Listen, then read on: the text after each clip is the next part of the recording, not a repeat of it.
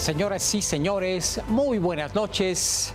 Estamos en La Silla Roja, este espacio abierto al análisis, a la crítica, a la reflexión. En esta ocasión nos acompaña Eduardo Guerrero, director de Lantia Intelligence y consultor en seguridad, además, desde luego, de columnista de El Financiero. Eduardo, muy buenas noches, bienvenido. ¿Qué tal? Qué gusto verte, Enrique. También a ti, Víctor. Y pues va a ser un placer quizás platicar sobre el balance de seguridad en el gobierno que está terminando y lo que ha sucedido recientemente, ¿no? Sin duda, temas muy interesantes. Víctor Piz, muy buenas noches. Gracias, Enrique. Buenas noches. Eduardo, bienvenido. Encantado. Pues vaya semanitas hemos tenido, Eduardo. Si te parece, entramos por la coyuntura, por los acontecimientos recientes.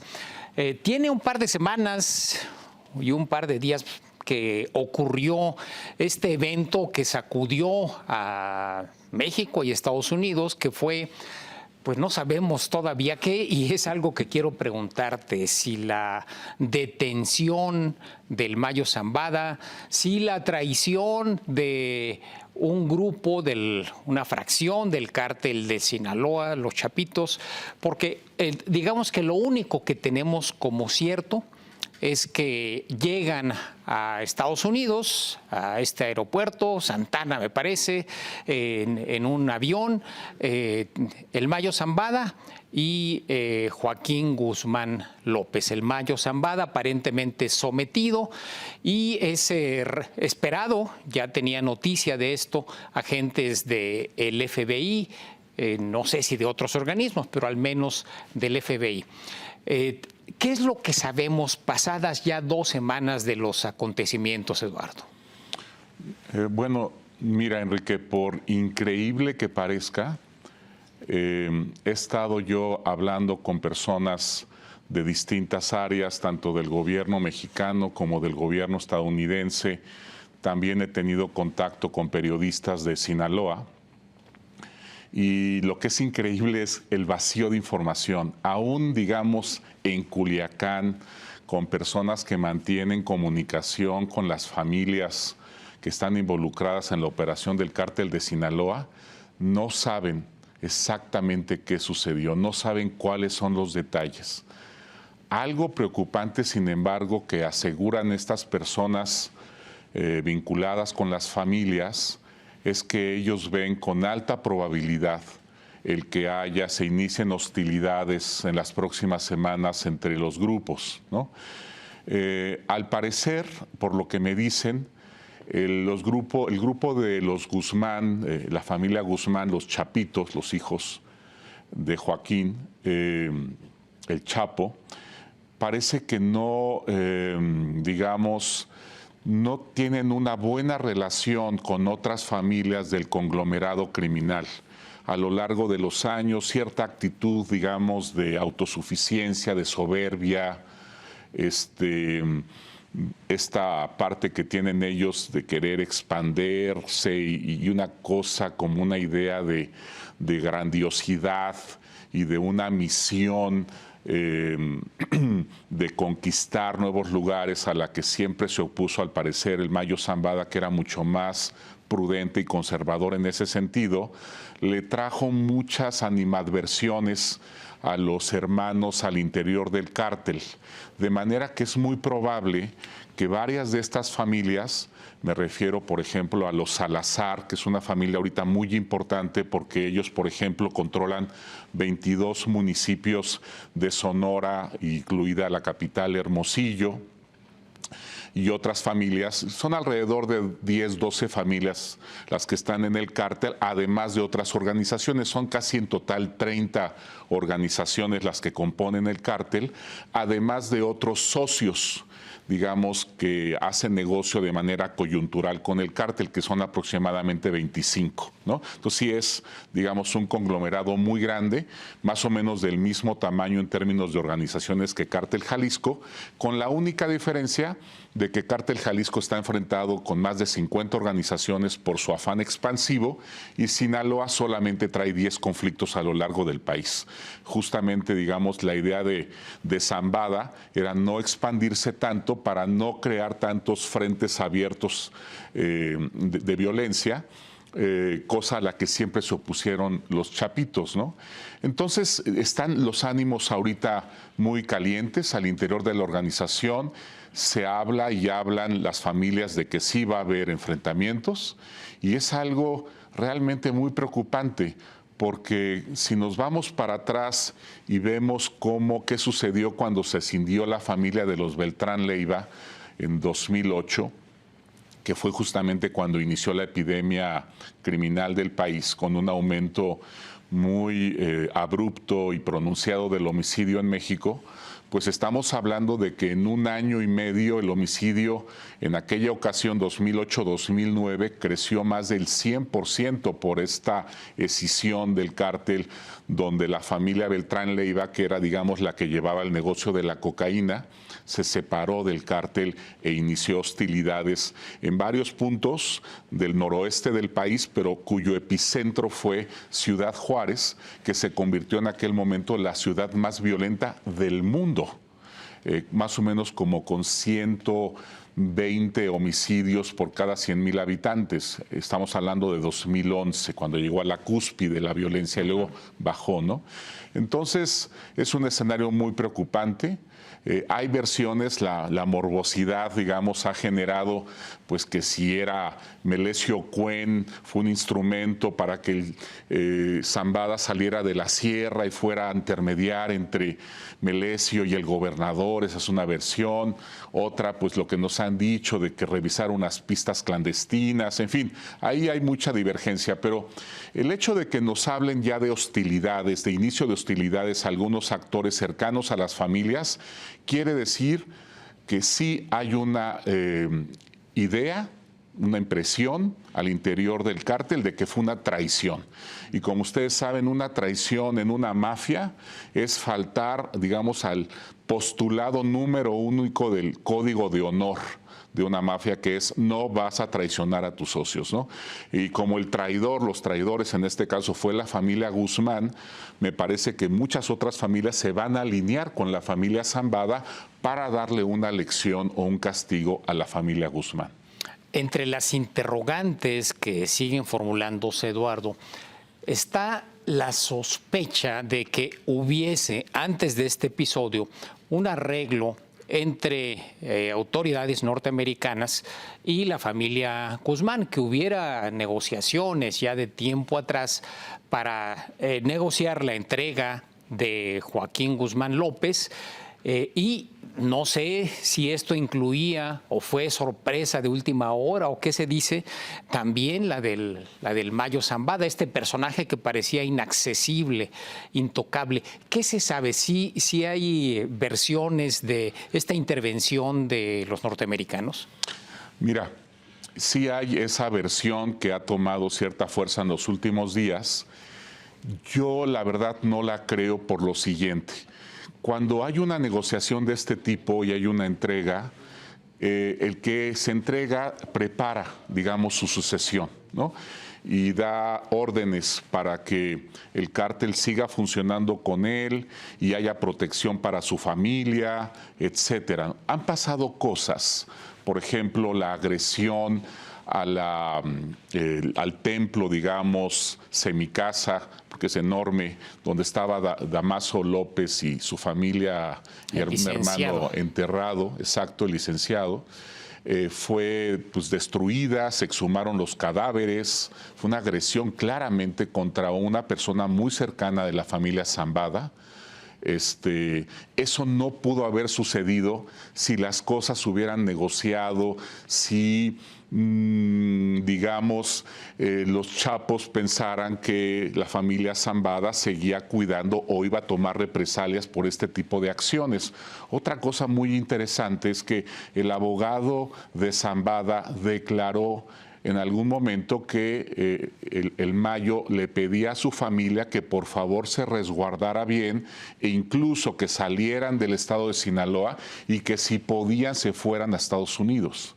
que también es un mensaje como de alerta, de preocupación, que no creo que sucediera en digamos, en un pacto donde tú te entregas y tienes tiempo para dejar todo arreglado, incluso también tu relación con la familia Guzmán. Entonces, todos estos elementos nos hacen pensar que fue algo que tomó por sorpresa a la familia Zambada.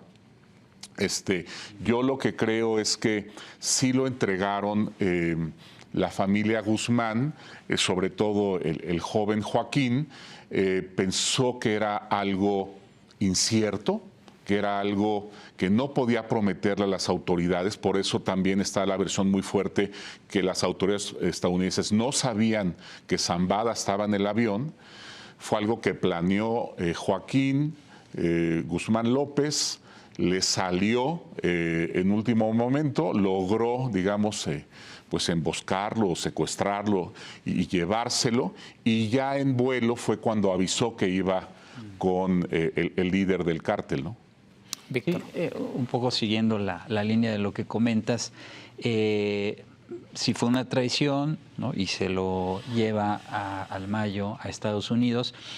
Aquí es importante porque apenas en la semana, en una conferencia mañanera, le preguntaron al presidente si esta entrega o este pacto, este acuerdo incluía a Ovidio, y dijo que sí. O sea, como me llevo al Mayo y yo me entrego como parte de un acuerdo con las autoridades de Estados Unidos para beneficiar a Ovidio, ¿no?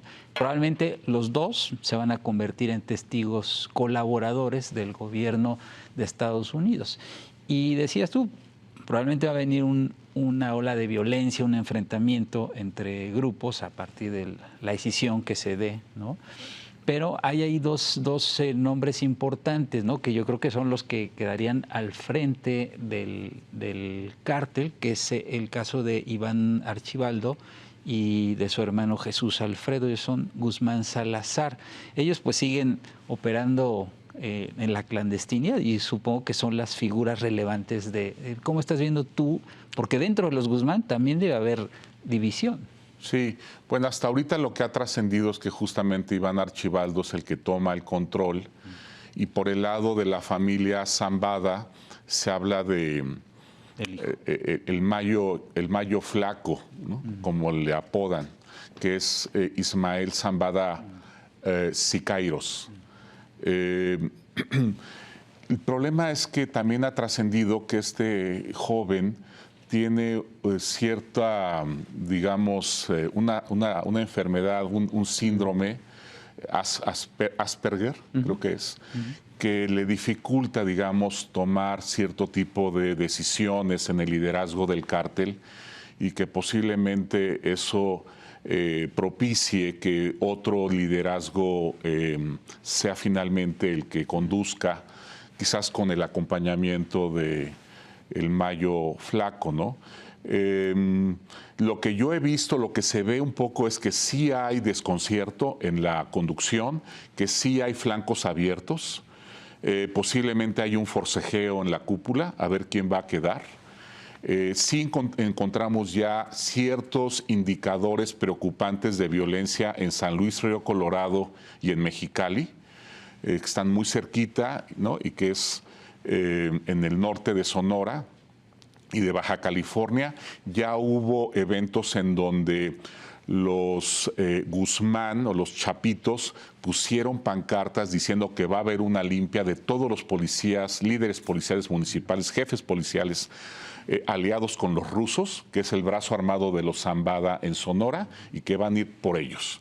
Entonces ahí ya se está empezando a configurar una guerra ahorita en el ámbito local, que ojalá no trascienda a otros municipios y después a Durango, a Sinaloa, a Baja California, que son estados donde hay presencia simultánea de la familia Guzmán y Zambada. Hay lugares del país como por ejemplo Jalisco, Michoacán, Guanajuato, Zacatecas, donde solamente hay presencia de los Zambada, no de los Guzmán. Y hay lugares como el Valle de México, incluido el Estado de México, la Ciudad de México y Quintana Roo, donde solo tenemos registrada presencia de los Guzmán y no de los Zambada. Ahí es menos probable que se inicie la guerra. Digamos, el lugar de alto riesgo ahorita es el noroeste del país. Uno de los elementos que has mencionado en entrevistas y en tus textos es la posibilidad de que el otro gran conglomerado criminal, como lo denominas, el Cártel Jalisco Nueva Generación, aproveche esta fractura, posible fractura dentro del Cártel de Sinaloa para también tratar de aumentar su presencia en zonas donde quizás las propias familias que componen el conglomerado de Sinaloa van a chocar. ¿Ves tú esta posibilidad al paso de los días? ¿Es algo que se perfila? ¿Cómo lo ves? Sí, sí lo veo probable, Enrique, porque, como te comenté, es posible que un gran número de familias al interior de Sinaloa se alineen con los Zambada. Los Guzmán queden un tanto, digamos, sin mucho apoyo, y entonces ahí hay un ofrecimiento de Jalisco de ofrecerles presencia en estos estados donde están los Zambada, Jalisco, Michoacán, Guerrero, Zacatecas, donde está muy presente Cártel Jalisco, decirles: yo te ofrezco presencia en el occidente del país, centro-occidente del país, y contigo yo podría acceder al noroeste, ¿no? Que es donde tienen presencia los chapitos. O incluso, bueno, en Quintana Roo también tienen presencia, pero yo me imagino que la negociación podría ir por ahí y sí podría haber un acuerdo, y eso sería terrible para el país, porque entonces ya estaríamos hablando de dos grandes organizaciones en lucha en varios estados de manera simultánea, y eso sí, pues sería sin duda un foco rojo, y vendría probablemente una ola de violencia que podría elevar las tasas de homicidio de manera alarmante en muy corto tiempo, ¿no? ¿Qué podría decir o cantar el Mayo Zambada en Estados Unidos? Digo, lo que sabemos, como dices, hay un vacío de información, pero lo que ha trascendido ya de la primera presentación, audiencia que tuvo ante el juez, se va a la corte de Brooklyn, donde va a ser juzgado, que va incluso, llega enfermo en silla de ruedas, pero él, ¿qué tanta información tendría que aportar a las autoridades estadounidenses sobre los vínculos o las relaciones entre autoridades mexicanas y los cárteles? Mira, yo creo que no debemos perder de vista que los estadounidenses tienen preocupaciones muy específicas que tienen que ver con la producción y exportación del fentanilo, ¿no? Entonces yo creo que lo que ellos le pedirían a este personaje Zambada es: a ver, dinos exactamente cómo está funcionando todo el trabajo de recepción de precursores en la costa occidental, cuáles son los puntos más relevantes, dónde están las zonas de producción, los centros de producción, las rutas de distribución, el cruce a Estados Unidos. Toda esa logística creo que sería prioritaria para los estadounidenses tenerla clara, para poderla, con el apoyo del gobierno mexicano, neutralizar en lo que puedan y disminuir ese flujo de fentanilo. Y seguramente después, como tarjetas para negociar con el gobierno mexicano, fichas de negociación, le pedirían información sobre funcionarios de la 4T o políticos de la 4T vinculados con la 4T, con los que ha habido negociación y que reciben prebendas o dinero de Cártel de Sinaloa. Eso lo utilizarían, digamos, en la mesa para presionar al gobierno en caso de que no quisieran colaborar como ellos desearían, con la intensidad, con la convicción, con el brío que exige Estados Unidos para esta tarea, ¿no? Más allá de que haya sido un regalo, entre comillas, para las autoridades norteamericanas la entrega del Mayo, después de que esto sucedió, lo que hemos percibido ha sido una absoluta asimetría de información. Aquí ha habido episodios en las mañaneras donde, bueno, el más conocido es cuando el presidente tuvo que decirle a la secretaria de Seguridad Ciudadana, no reveles detalles, pararla en seco prácticamente. Pero tú escribías que esta actitud del gobierno norteamericano, que aparentemente no está compartiendo información con las autoridades mexicanas, implica varios mensajes de Estados Unidos, del gobierno de Estados Unidos hacia el de México. ¿Qué nos puedes decir a este respecto? Sí, mira, yo creo que para empezar, la manera como llegó Ismael Zambada a territorio estadounidense sin el conocimiento de las autoridades mexicanas de entrada nos dicen algo muy poderoso, y es: mira, México, si tú no colaboras, si los canales de comunicación son complicados, si es medio tortuoso todo el trámite para que nos apoyes en algunos asuntos, nosotros te vamos a asaltar, ¿no? O sea, podemos prescindir de ti. ¿Por qué pueden ellos prescindir de México? Porque tienen una red de informantes en los cárteles que no tenemos nosotros. Desgraciadamente, nosotros no hemos podido infiltrar y tener una estructura de informantes al interior por el problema que tenemos de filtración, de porosidad de nuestras agencias burocráticas de seguridad, donde pues los cárteles son los que las tienen infiltradas y ellos inmediatamente le avisan a la organización criminal cuando hay infiltración del gobierno mexicano. Los estadounidenses pues actúan con mucho más profesionalismo en ese sentido, tienen informantes pagados, todo se maneja con una secrecía tremenda y no, digamos, ellos sí tienen esa información y pueden planear cosas como estas, incluso pueden negociar a larga distancia con personajes importantes de las cúpulas, no solamente de Jalisco y Sinaloa, sino, me refiero a las organizaciones criminales, sino de otras organizaciones medianas muy importantes, ¿no?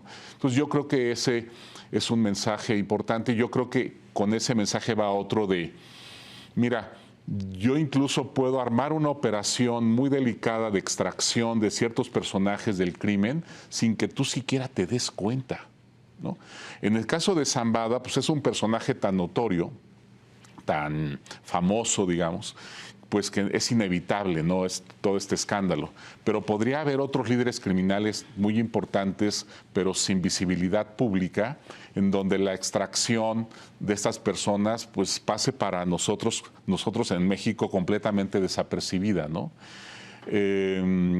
También yo creo que hay otro mensaje más o menos en el mismo, en este tono, que es: si tú me obstaculizas ese trabajo de cooperación por el bien nacional, por el interés nacional de Estados Unidos, tú, funcionario mexicano, te vuelves también un blanco de investigación para nosotros, ¿no? Porque pues, está muy raro que entorpezcas de esta manera nuestra investigación.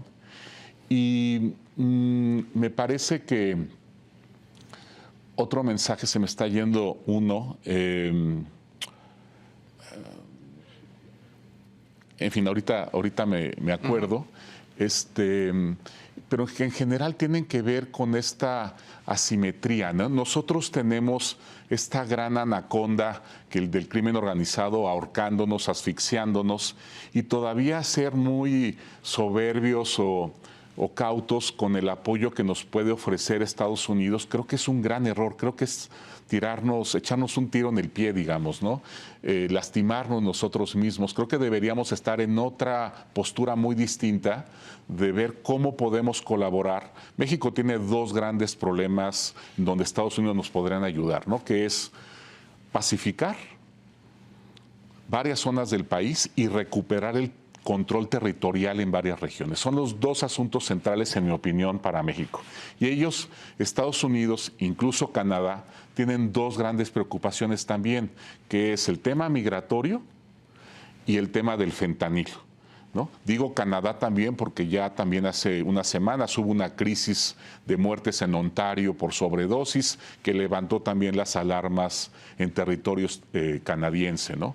Entonces yo creo que en ese tablero podríamos empezar a negociar una cooperación tal en que ellos nos ayuden con nuestros asuntos y nosotros con los de ellos. Incluso he hablado hasta de que pudiera esto evolucionar en un tratado de seguridad para América del Norte, ¿no? Pero podríamos empezar con cosas como memorándums de entendimiento, ¿no? Que es una figura de negociación en el corto plazo, convenios para resolver asuntos muy puntuales, y eso podría convertirse en los cimientos de un futuro tratado de seguridad para América del Norte, más en el tipo de un tratado, del Tratado Libre de Comercio, etcétera, ¿no? Sí, sí, justo en todo este periodo de 2 semanas y cacho que llevamos del evento, pues una de las cuestiones o planteamientos que se le hicieron al presidente López Obrador es si él creía que hubo injerencia o intervención de agentes estadounidenses en territorio mexicano. Decía, no lo descarto, ¿no? O sea, esa es una posibilidad, pero digo, más allá de la duda, pues es muy evidente que al día siguiente de la captura, pues sale el fiscal o el procurador a dar un mensaje, las agencias de seguridad de Estados Unidos se manifiestan, el presidente Biden, y en México pues no teníamos claridad de lo que había pasado. Es claramente un reflejo de falta de cooperación, y al no haber cooperación, pues también es falta de confianza, ¿no? No, sin duda. Pues imagínate cómo se les entorpeció toda esa operación para capturar a Ovidio, en el famoso Culiacanazo, en donde se les hizo engrudo ahí todo por un tema de cooperación México-Estados Unidos. Yo creo que los estadounidenses piensan, pues mejor hagámoslo solo, quizás. Si realmente queremos tener eficacia en el operativo, que sea sin México, ¿no? Y aquí sí necesitaban urgentemente, además, un logro de este tipo para echarle gasolina a la campaña de la nueva candidata presidencial Harris, que sin duda en sus discursos próximos como candidata y su candidato a vicepresidente tendrán este trofeo que mostrar para contradecir los dichos de Trump de que ha habido mucha incapacidad y torpeza del gobierno estadounidense para debilitar a los cárteles mexicanos. Yo creo que ahora ellos pueden decir, no, somos sumamente eficaces, tan eficaces que ya tenemos al capo mayor y agarramos a otro también que formaba parte de la cúpula muy importante, ¿no? Incluso ya metidos en gastos, a lo mejor en los próximos días tenemos una captura de alguien relevante de Cártel Jalisco Nueva Generación, y eso redondearía, digamos, el mensaje que le mandarían al electorado que anda dubitativo de estados donde el fentanilo se ha convertido en un problema muy importante de salud pública, y donde ellos pueden llegar con estos trofeos y convencer al electorado de que sí están haciendo un buen trabajo, ¿no? Eduardo, permítenos hacer una pausa y continuamos con este análisis de todo lo relacionado al asunto del Mayo Zambada y también el balance y perspectivas de la seguridad en México. Estamos en La Silla Roja.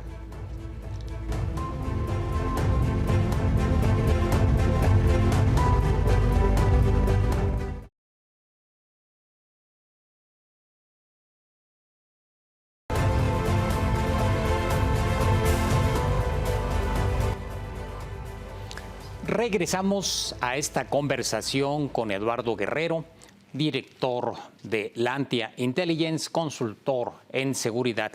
Eduardo, hablábamos antes del corte de Estados Unidos.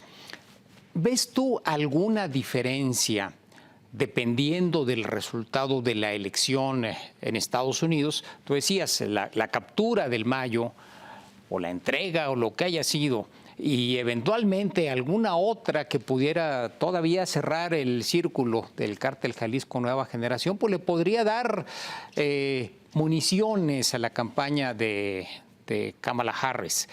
¿Es diferente lo que podemos esperar en el futuro si gana Harris o si gana Trump en materia de seguridad y de la relación con Estados Unidos?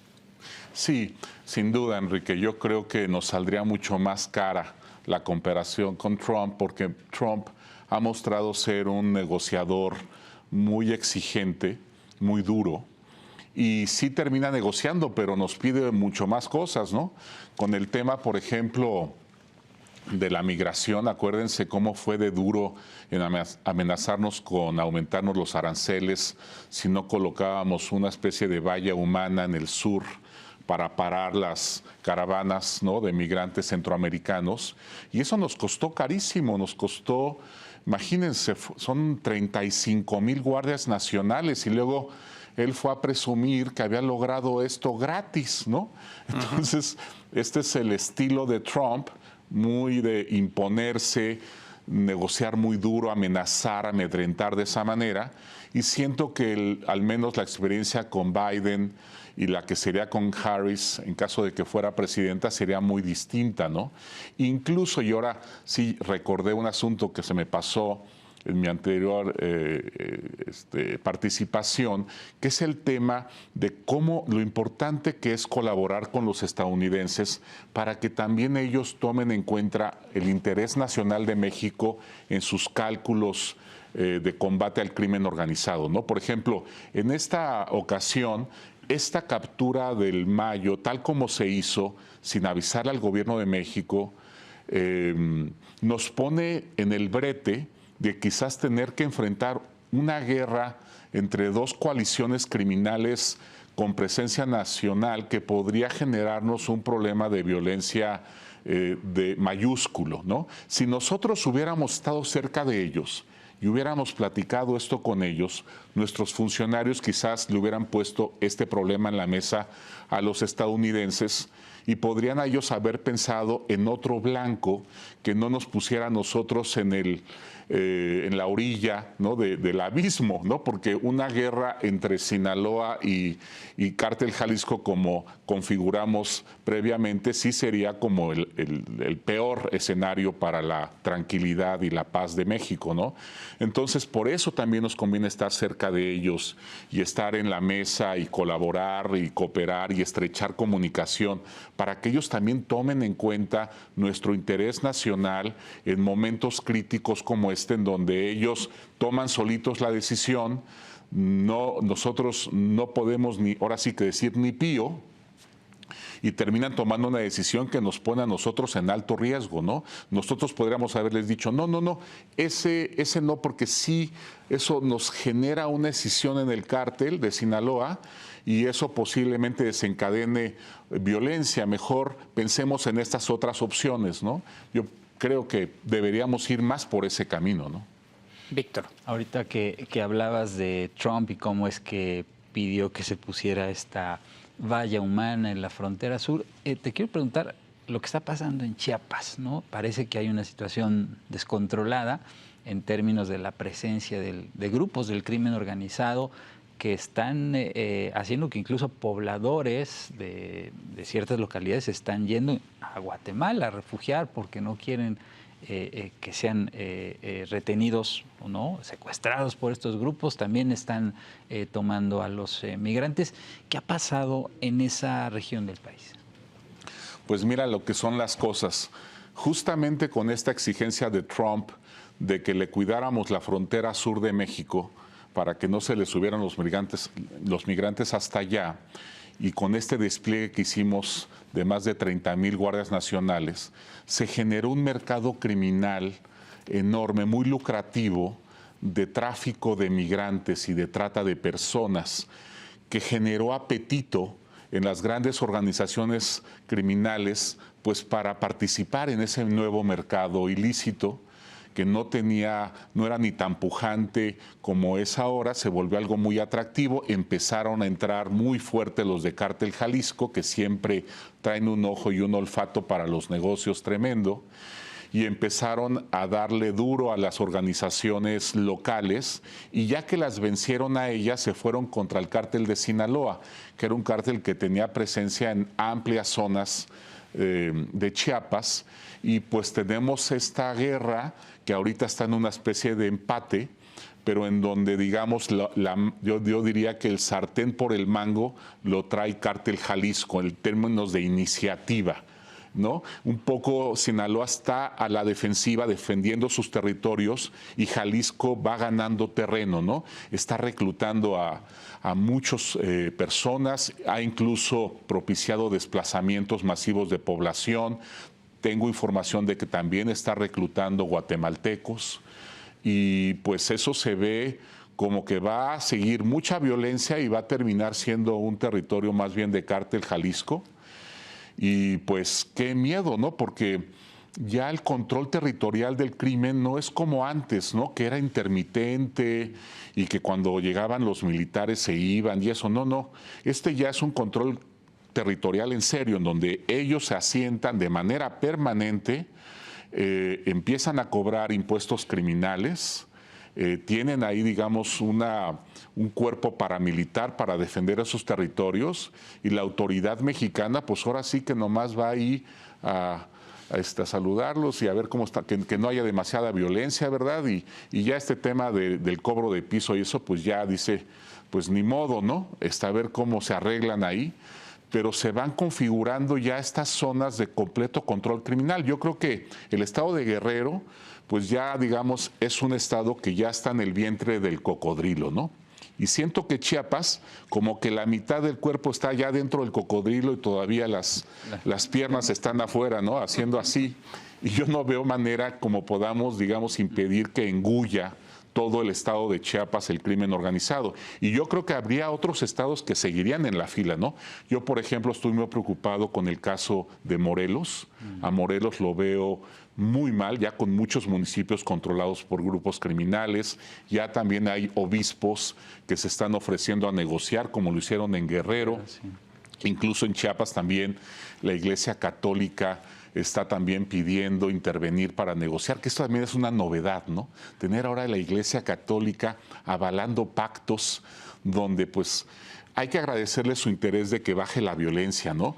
Pero eso de que avalen también ya, digamos, una especie de conquista territorial y que digan, bueno, pues aquí lo importante es poner límites y ya no nos metamos tanto en qué van a hacer, ¿no?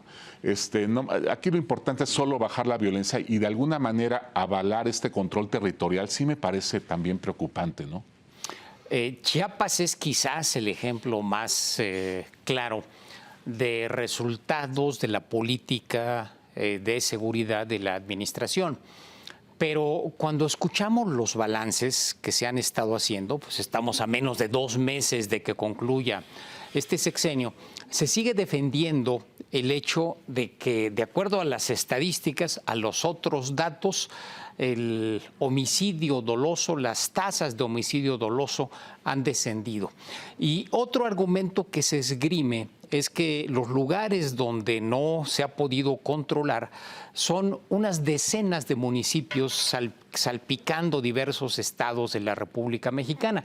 Generalmente se dice, bueno, sí, hubo tantos homicidios, pero 5 estados concentraron el 80%. Por lo tanto, son fenómenos localizados. El propio presidente de la República se refirió al caso de Chiapas, cuando dijo, no me gusta lo que está pasando en Chiapas, pero, digamos, la implicación es, en muchos otros lugares del país las cosas van bien. ¿Cuál es el balance que podrías hacer tú, Eduardo? Mira, pues no tengo la mala noticia para el presidente que no van tan bien, ¿no? De hecho, si pusiéramos, digamos, en un cuadro los municipios y los estados más violentos del país, los primeros 10 de cada uno, todos ellos, con la sola excepción de Guerrero, en el caso de los estados, han aumentado los homicidios de manera muy preocupante, ¿no? Y en el caso de los municipios solo tendríamos a Acapulco y a Culiacán como municipios muy violentos donde ha bajado la violencia. Todos los demás municipios en estos primeros 10 lugares han aumentado su violencia. Ahora, cuando escarbamos un poquito y vemos cómo bajó la violencia en Guerrero, en Acapulco o en Culiacán, nos encontramos con un trabajo de Pax Narca, básicamente de fomento de monopolios criminales locales. O sea, no hay un trabajo de que dijeron vamos a mejorar la policía, las fiscalías, la investigación, vamos a meter a los malos en la cárcel, no. Fue más bien justo el tema de mejor repartamos los territorios, marquemos límites de la operación de las organizaciones, debilitemos, digamos, a los adversarios de la organización más importante en una zona para que no anden peleando y matando gente, y de alguna manera se cimenta un monopolio criminal que te trae un problema terrible de expansión de la presencia del crimen, de cobro de piso, que también ahorita podemos hablar de eso porque ha crecido mucho la extorsión en México en los últimos años, ¿no? Y es una especie de, es como albergar a un monstruo temporalmente, con tal de bajar la violencia. Es como decir, tener ahí un monstruito que te va a ir creciendo y que cuando menos lo esperes te dé un coletazo, ¿no? O te inaugure más negocios criminales, porque ya dueños del territorio, pues es un paquete de negocios. Ya no solamente le vamos a entrar a la extorsión, podemos inaugurar tala clandestina, robo de combustible, lo de tráfico y trata en caso de que sean en una zona apta geográficamente para esos negocios.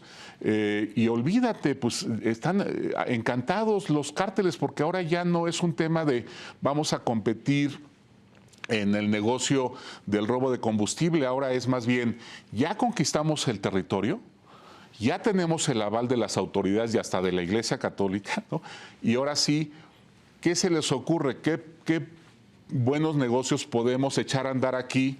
Y podemos tener de socios al presidente municipal y a miembros del ayuntamiento, incluso si al gobernador le interesa, también lo podemos invitar al negocio y podemos hacer muy buenas cosas aquí, ¿no? Entonces, eso sí está terrible, ¿no? Este tema de conquista territorial a mí me tiene muy preocupado. Es una pérdida de soberanía territorial ya la que estamos teniendo, ¿no?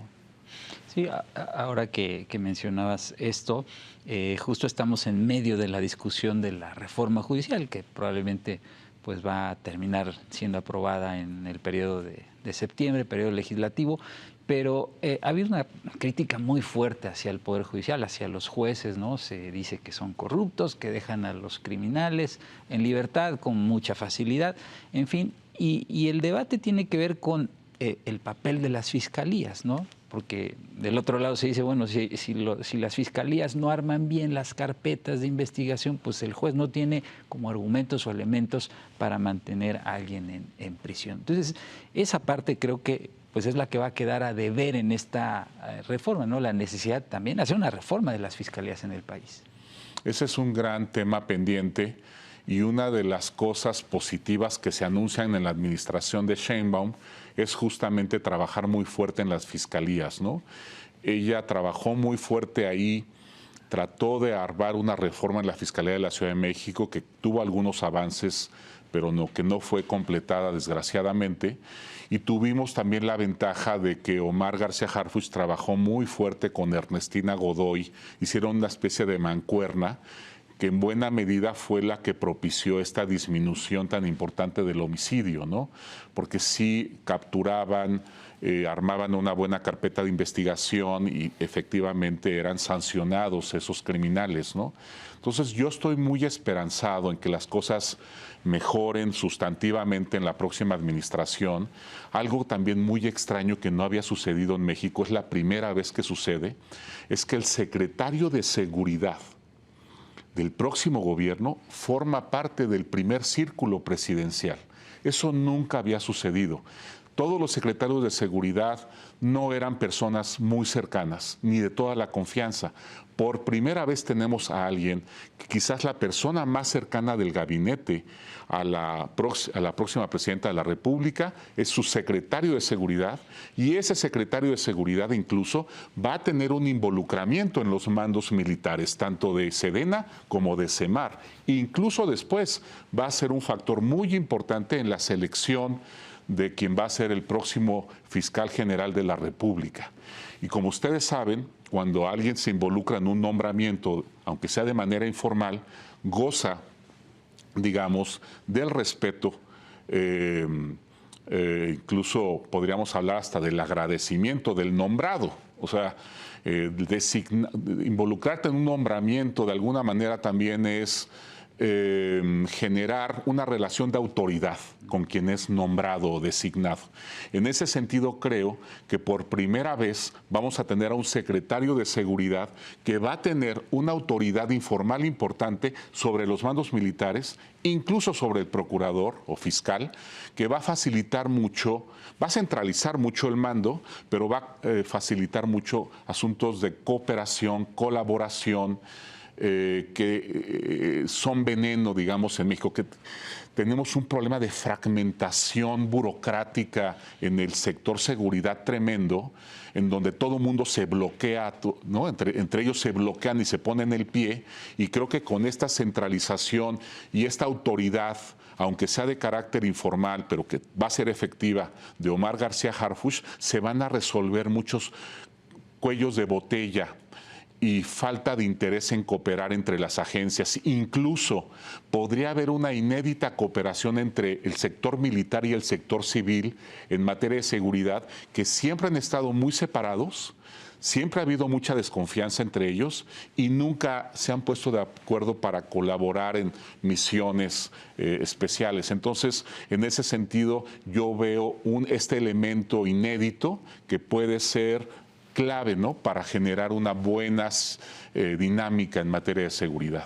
¿Percibes un cambio, Eduardo? ¿El abrazos, no balazos quedará para la historia?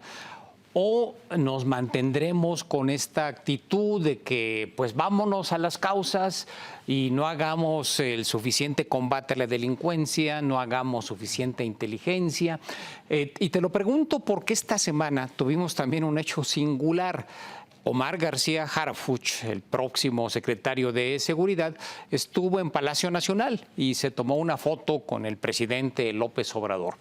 Y digo que es singular porque en los pasillos políticos desde hace meses pues corría la versión de que a el presidente López Obrador no le gustaba, no le simpatizaba García Harfuch. Y que él fue determinante para que no quedara como candidato al gobierno de la Ciudad de México.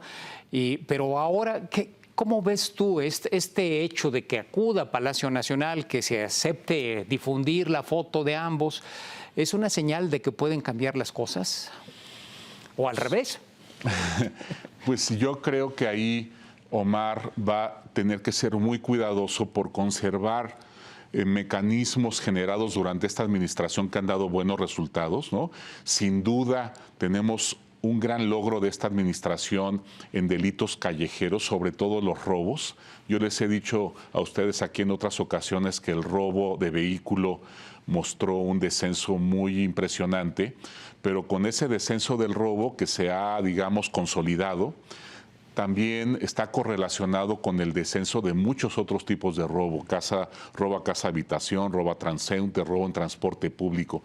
Todos estos robos disminuyeron de manera muy significativa y yo le atribuyo ese logro a la idea del presidente de establecer y fortalecer y empujar constantemente el tema de la celebración de las mesas de coordinación para la paz o mesas de coordinación regional, también se les llama así, en donde hay una especie de obligación de los mandos de seguridad de los 3 niveles de gobierno para reunirse cotidianamente y estar revisando los indicadores de delitos del fuero común o delitos callejeros, y eso le ha metido una presión a los jefes policiales municipales muy fuerte para al menos contener el crimen o cuando se puede disminuirlos y que no sean exhibidos y hagan el ridículo en estas reuniones en donde además si se dispara algún delito el propio puesto del director de seguridad municipal está en riesgo, ¿no? Entonces yo creo que fue una buena idea,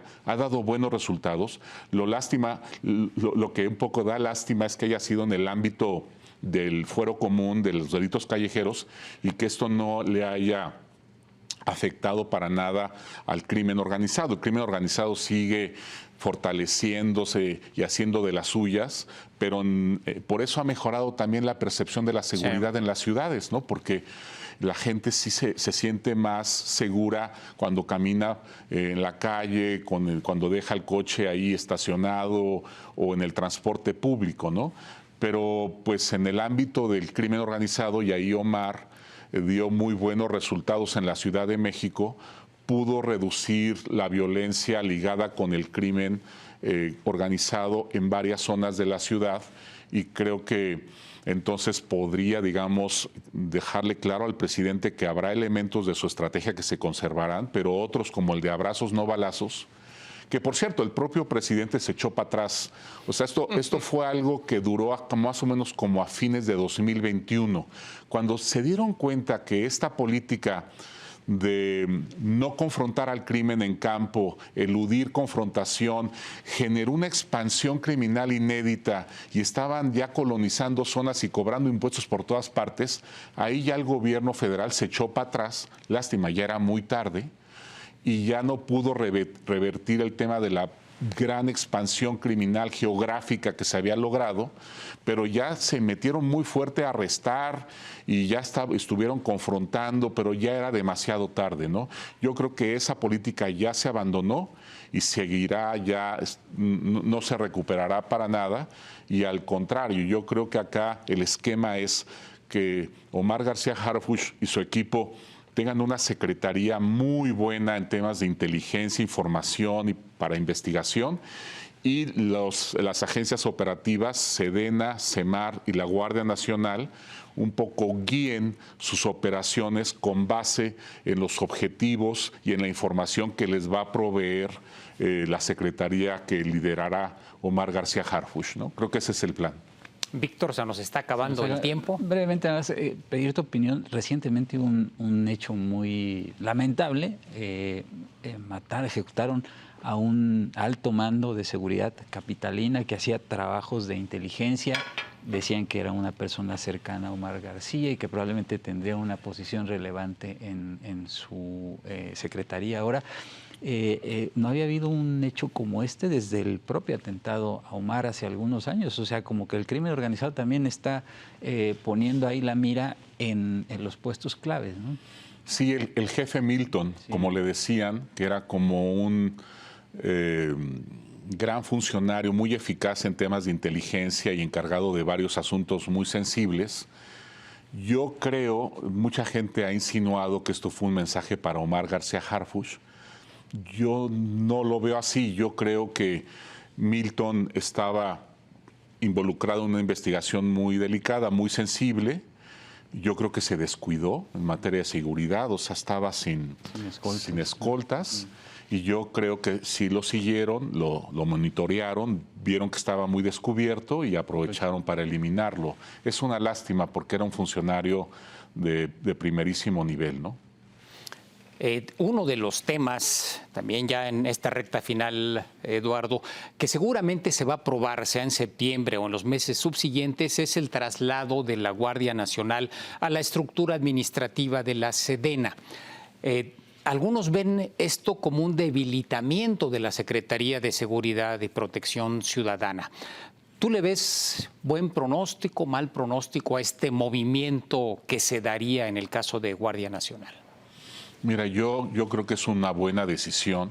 La verdad es que la Guardia Nacional fue un Frankenstein que nunca cuajó, tuvo una mala cirugía plástica, y yo sí creo que es necesario que ese cuerpo regrese a SEDENA para que le hagan una cirugía mayor en materia administrativa y jurídica, y que todos los elementos de la Guardia además queden con un esquema laboral homogéneo, ¿no? Teníamos a gente que era de la Policía Naval, de la Policía Federal, militares de SEDENA que estaban comisionados, tenían sueldos diferenciados, tenían jefes informales distintos.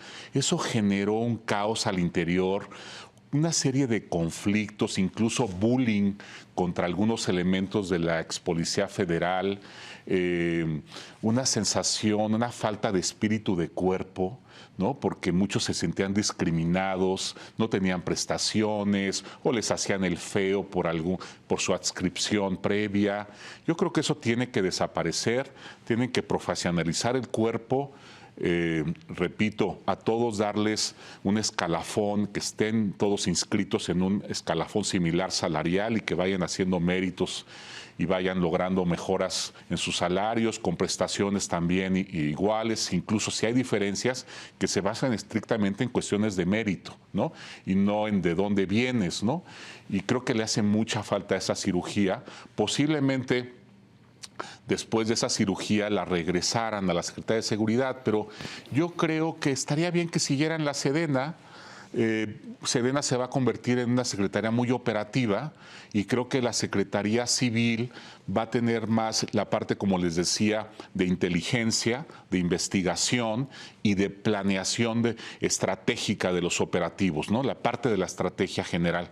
Me gusta mucho ese esquema, ¿no? El cerebro, digamos, en la Secretaría de Seguridad y los brazos operativos en los militares y en la Guardia Nacional, ¿no?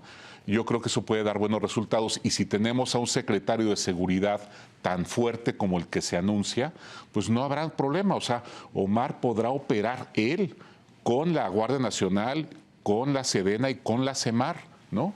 Y creo que podrían ser realmente operativos de una eficacia que no hemos visto hasta ahora, ¿no? Víctor, una breve conclusión. Sí, pues nada más agradecer a Eduardo que nos haya acompañado esta noche. Creo que el tema de seguridad pues va a seguir estando en la agenda pública en el próximo gobierno y pues ahí te estaremos buscando para comentarlos. Siempre será un gusto conversar con ustedes. Ojalá tu pronóstico a propósito de la mayor funcionalidad, la racionalidad en la organización de esta estructura de seguridad se haga efectivo, porque vaya, el tema seguridad sigue siendo la preocupación número uno de los mexicanos con mucho. Así que, pues ojalá esa visión que tienes se concrete a partir de octubre, Eduardo. Gracias por compartir tus reflexiones y tu información. No, hombre, encantado. Como siempre, un placer estar con ustedes y aquí estoy a sus órdenes cuando se ofrezca para platicar. Muchas gracias, Víctor. Buenas noches. Y sobre todo, gracias a usted por habernos escuchado y visto. Lo invitamos a la próxima edición de La Silla Roja. Muy buenas noches.